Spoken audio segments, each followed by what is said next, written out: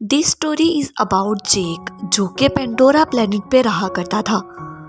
और हम देखते हैं कि जेक की एक बीवी और उसके 2 बच्चे हैं और वो बताता है कि उसने 2 बच्चों को एडॉप्ट भी किया हुआ है।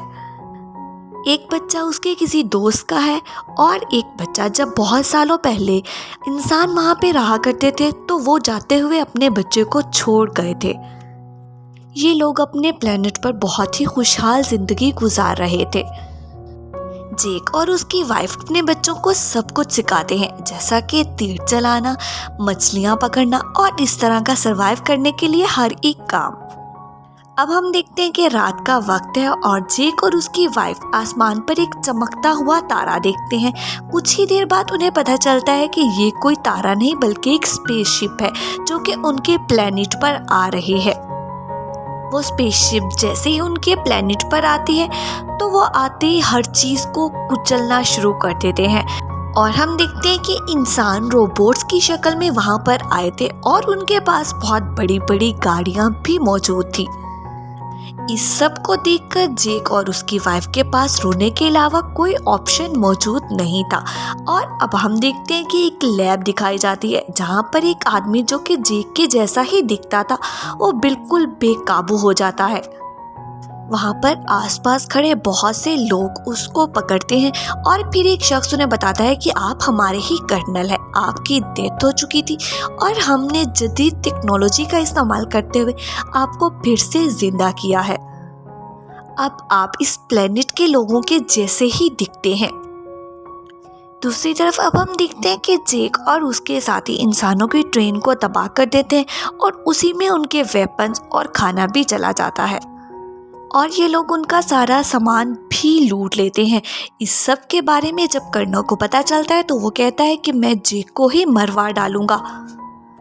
फिर कर्नल की एक कुलीग उसे बताती है कि हमने जब भी जेक के जंगल में इस तरह से अपना सामान बेचने की कोशिश की तो वहाँ पे उड़ने वाली क्रिएचर ने इसी तरह से सब कुछ तबाह कर दिया। अब वो सब मिलकर प्लान बनाते हैं और कर्नल अपने कुछ साथियों के साथ पैदल ही उनके जंगल पर हमला कर देता है। ये लोग जेक के एक बच्चे को पकड़ लेते हैं। इतने में जेक की वाइफ वहां पर पहुंच जाती है और वो तीर से एक शख्स को जख्मी कर देती है। इसी वजह से इनके दरमियान लड़ाई का आगाज हो जाता है और वो लोग वापस जाते हुए जेक के उस बेटे को जो कि उसने अडॉप्ट किया था और इंसानी शक्ल का था अपने साथ ले जाते हैं। अब जेक अपनी वाइफ से कहता है कि हमें जल्द अज जल्द ये जगह छोड़कर यहाँ से जाना होगा, क्योंकि कुछ सालों पहले जब इंसान वहाँ पर आए थे तो कर्नल को मैंने ही मारा था और अब वो दोबारा से जिंदा होकर आ रहा है तो वो मुझे मारने के लिए ही आ रहा होगा। दूसरी तरफ अब हम देखते हैं कि इंसान जेक के बच्चे पर बहुत ज़्यादा जुल्म कर रहे होते हैं और उसके घर का पता पूछ रहे होते हैं, मगर वो कुछ भी नहीं बताता। इतने में कर्नल वहाँ आ जाता है और वो कहते हैं कि ये इंसान है तो इसे इंसानों की तरह ही ट्रीट किया जाए। कर्नल उसे कहता है कि मैं ही तुम्हारा असली बाप हूँ। जब कुछ सालों पहले हम लोग आए थे तो मैं ही तुम्हें छोड़कर गया था क्योंकि मैं साथ नहीं लेकर जाना चाहता था, लेकिन अब मुझे अपनी गलती का एहसास हो चुका है। दूसरी तरफ अब हम देखते हैं कि जेक और उसकी फैमिली अपने कबीले को अलविदा कहकर उड़ने वाली क्रिएचर पर बैठकर वहां से दूर चले जाते हैं। जेक और उसकी फैमिली उड़ते उड़ते एक जगह पर पहुंचते हैं जहाँ पे पानी में रहने वाली एक क्रिएचर थी जो कि सब्ज रंग की होती है। ये क्रिएचर जेक और उसकी फैमिली का बहुत ज्यादा मजाक उड़ाते हैं और ये कहते हैं कि आप लोगों के पासों बहुत ज़्यादा पतले हैं। इतने में उनका लीडर वहाँ पर आ जाता है और वो जेक और उसकी फैमिली से कहता है कि आप लोग यहाँ पर सरवाइव नहीं कर सकते, बेहतर यही है कि आप यहाँ से वापस चले जाएं। जेक उनसे कहता है कि हम कुछ ही वक्त में सब कुछ सीख जाएंगे। अब ये लोग वहाँ पर उनके साथ रहना शुरू कर देते हैं। जेक के बच्चे उनके बच्चों के साथ खेलते हैं।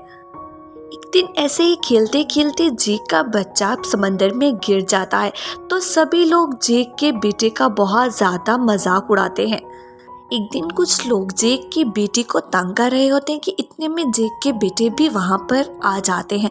वो उनको मारना शुरू कर देते हैं। जेक को जब इस सब के बारे में पता चलता है तो वो आकर अपने बच्चों को ही डांटता है और उन्हें कहता है कि वो यहाँ के लीडर का बेटा है, जाओ जाकर उससे सॉरी करो। जेक का बेटा जाके उसे सॉरी करता है तो वो अभी भी जेक के बेटे से बदला लेना चाहता था। उसे कहता है कि आओ कहीं तुम्हें लेकर चलता हूँ। जैसे ही उसे गहरे पानी में लेकर जाता है, वहाँ पर बहुत सारे मॉन्स्टर रहा करते थे।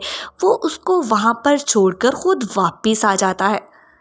अब अचानक से एक मॉन्स्टर जेक के बेटे पर हमला कर देता है और वो उसको खाना चाह रहा था। वो उसको खाने की कोशिश कर ही रहा होता है कि इतने में समंदर का सबसे बड़ा मॉन्स्टर वहाँ पर आ जाता है और वो उसको जोर से पत्थर में दे मारता है। दूसरी जानिब हम देखते हैं कि जेक का बेटा बिल्कुल आखिरी सांसें ले रहा होता है। अचानक से उसकी आंख खुलती है तो वो देखता है कि सबसे बड़े मॉन्स्टर ने उसकी जान बचाई है, मगर वो भी कुछ तकलीफ में है। तो वो देखता है कि उस पर कुछ हथियार लगे हुए होते हैं। वो उनको बाहर निकालता है। जेक के बेटे और मॉन्स्टर के दरमियान फ्रेंडशिप हो जाती है। अब वो मॉन्स्टर जेक के बेटे को उसकी फैमिली के पास छोड़ के जाते हैं। जब नावी कबीले के सदर को यह पता चलता है कि उसके बेटे ने मारने की कोशिश की तो वो उसको सजा देने ही वाला होता है कि जेक का बेटा कहता है कि ये मेरा प्लान था, मैं ही इसको गहरे पानी में लेकर गया था। ये देखकर नावी लीडर का बेटा शर्मिंदा हो जाता है और अब वो दिल से जेक के बेटे के साथ फ्रेंडशिप कर लेता है। अब जब जेक का बेटा सबको बताता है कि मॉन्स्टर ने उसकी जान बचाई थी और उसकी फ्रेंडशिप हो चुकी है तो सब उसका मजाक उड़ाते हैं और कहते हैं कि तुम झूठ बोल रहे हो। जेक का बेटा फिर से उस मॉन्स्टर के पास जाता है और बहुत ज़्यादा इंजॉय करता है। दूसरी तरफ हम देखते हैं कि कर्नल अभी भी जेक और उसके फैमिली को ढूंढ रहा होता है। कर्नल ने उड़ने वाले क्रिएचर पर भी अपना कब्जा जमा लिया था। अब वो जेक को ढूंढते ढूंढते एक जजीरे पर जाते हैं और वहाँ पर मौजूद लोगों को बहुत ज़्यादा परेशान करते हैं। नावी लोग कहते हैं कि हमने इसे कभी नहीं देखा, मगर कर्नल को उनकी बात पर यकीन नहीं आता और वो वहाँ पर मौजूद उनके क्रिएचर को मरवा डालता है। उसका बेटा कहता है कि ये लोग वाकई सच कह रहे हैं, ये सिर्फ और सिर्फ मछलियाँ पकड़ते हैं। वो अपने बेटे की बात तो मान लेता है, मगर फिर भी जालिम इंसान जाते हुए वहाँ पर आग लगा देता है और इसी तरह बाकी आयरलैंड पर जाकर भी वो नावी लोगों को बहुत ज़्यादा परेशान करता है। अब हम देखते हैं कि ये इंसान समंदर में जाते हैं और वहाँ पर मौजूद एक मॉन्स्टर जो कि अपने बेटे के साथ घूम रहा था, उसको शूट करके मार डालते हैं। मॉन्स्टर का बच्चा बहुत ज़्यादा चीखता चिल्लाता है, मगर इंसान इसको देखकर अपनी कामयाबी समझकर खुशी मनाते हैं। ये सब देखकर कर्नल के बेटे को बहुत ज़्यादा बुरा लगता है और हम देखते हैं कि वो इंसान उस मॉन्स्टर के मुंह के अंदर चले जाते हैं और फिर उसके अंदर ड्रिल मशीन से सुराख करते हैं और उसके अंदर से लिक्विड निकालते हैं जो कि येलो कलर का होता है। ये लिक्विड बहुत ही ज़्यादा नायाब होता है और इस लिक्विड के पीने की वजह से इंसान की ज़िंदगी बहुत ज़्यादा बढ़ जाती है। इसी वजह से इस लिक्विड की कीमत बहुत ज़्यादा होती है। अब हम देखते हैं कि समंदर में मौजूद तमाम मॉन्स्टर को वो आहिस्ता आहिस्ता ज़ख्मी कर देते हैं। दूसरी जानिब हम देखते हैं कि नावी लोगों के पास ये खबर पहुंच जाती है। वो जेक और उसकी फैमिली पर ब्लेम करते हैं कि आपकी वजह से हमारे मॉन्स्टर ज़ख्मी हो रहे हैं। दूसरी जानिब जेक और उसके फ्रेंड्स जब बड़े मॉन्स्टर के पास जाते हैं तो देखते हैं उस पर किसी ने डिवाइस अटैच की हुई थी जिसकी वजह से वो हिल भी नहीं पा रहा था। वो जल्दी से उस डिवाइस को निकालते हैं। इंसानों ने वो डिवाइस इसलिए अटैच की थी कि वो अब इस मॉन्स्टर को मारना चाहते थे और इसमें से बहुत सारा लिक्विड लेना चाहते थे। इंसान भी अपनी शिप से इन बच्चों को देख लेते हैं। ये खबर जेक और उस नेवी लीडर के पास भी पहुंच जाती है कि उनके बच्चे अब खतरे में हैं। वो जल्दी से हथियार उठाते हैं और इस तरफ बढ़ने लग जाते हैं। जैसे ही बच्चे उस मॉन्स्टर के अंदर से डिवाइस निकालते हैं तो वो आगे बढ़ने लग जाता है। अब बच्चे भी वहाँ से भागने लग जाते हैं, मगर इंसान पीछे से फायरिंग करते ही रहते हैं और वो लीडर की बेटी को लगने ही वाली होती है कि जेक का बेटा उसको पकड़ लेता है। कुछ ही देर में अब हम देखते हैं कि इंसान वहाँ पर एक जाल बिछाते हैं और उन बच्चों को पकड़कर अपनी शिप पर ले आते हैं, मगर इतने में उनके पेरेंट्स भी वहाँ आ जाते हैं। कर्नल ने इन बच्चों को शिप के बिल्कुल आगे बांधा हुआ होता है और वो जेक से कहता है कि अगर तुम इनकी जान बचाना चाहते हो तो तुम्हें अकेले ही शिप पर आना पड़ेगा। ये देखकर जेक अकेले ही जाने का फैसला करता है, मगर इतने में बड़ा मॉन्स्टर उनकी शिप पर हमला कर देता है और सभी इंसानों को अपने परों के साथ मारना शुरू कर देता है। ये देखकर जेक और नावी लोगों को भी मौका मिल जाता है उस शिप पर हमला करने का। इस लड़ाई में बहुत से इंसान और बहुत से नावी लोग भी मर जाते हैं। इसी लड़ाई के दौरान जेक अपने बच्चों के पास भी पहुंच जाता है और इसी दौरान कुछ बच्चे अपने सौतेले भाई को भी वहां से ढूंढ निकालते हैं। इसी दौरान जेक की एक बेटी की डेथ हो जाती है और उसकी वाइफ ये देखकर बहुत ज़्यादा रोती और चिल्लाती है। सब लोग उसको देख रहे होते हैं कि कर्नल उसके 2 बच्चों को फिर से पकड़कर अपने साथ ले जाता है। अब ये लोग जल्दी से वहाँ पर जाते हैं और जेक अचानक से वहाँ पर हर तरफ आग लगा देता है, जिसकी वजह से सब लोग भागना शुरू कर देते हैं और जेक की वाइफ भी वहाँ पर पहुँच जाती है और तीरों के साथ इंसानों को मारना शुरू कर देती है, चूँकि अब वो बहुत ज़्यादा गुस्से में थी।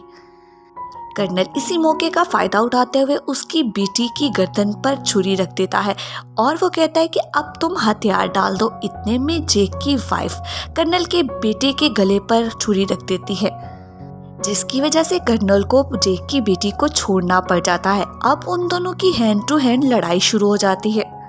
जेक कुछ ही देर बाद बहुत कोशिश से कर्नल को मारने में कामयाब हो जाता है और वो पानी में डूबने ही वाला होता है कि उसका बेटा उसको पकड़ लेता है और पानी से बाहर ले आता है। अब कर्नल कहता है कि चलो बेटा मेरे साथ चलो, मगर कर्नल का बेटा उसके साथ जाने से इनकार कर देता है और वो कहता है कि मैं अपनी फैमिली के पास जा रहा हूँ। वो जेक की फैमिली के पास आ जाता है। ये देखकर सभी बहुत ज़्यादा खुश हो जाते हैं, मगर जेक और उसकी फैमिली अपने मरने वाले बेटे की वजह से बहुत ज़्यादा दुखी थे।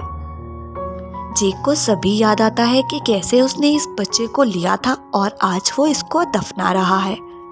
इसके साथ ही इस कहानी का इख्तिताम होता है।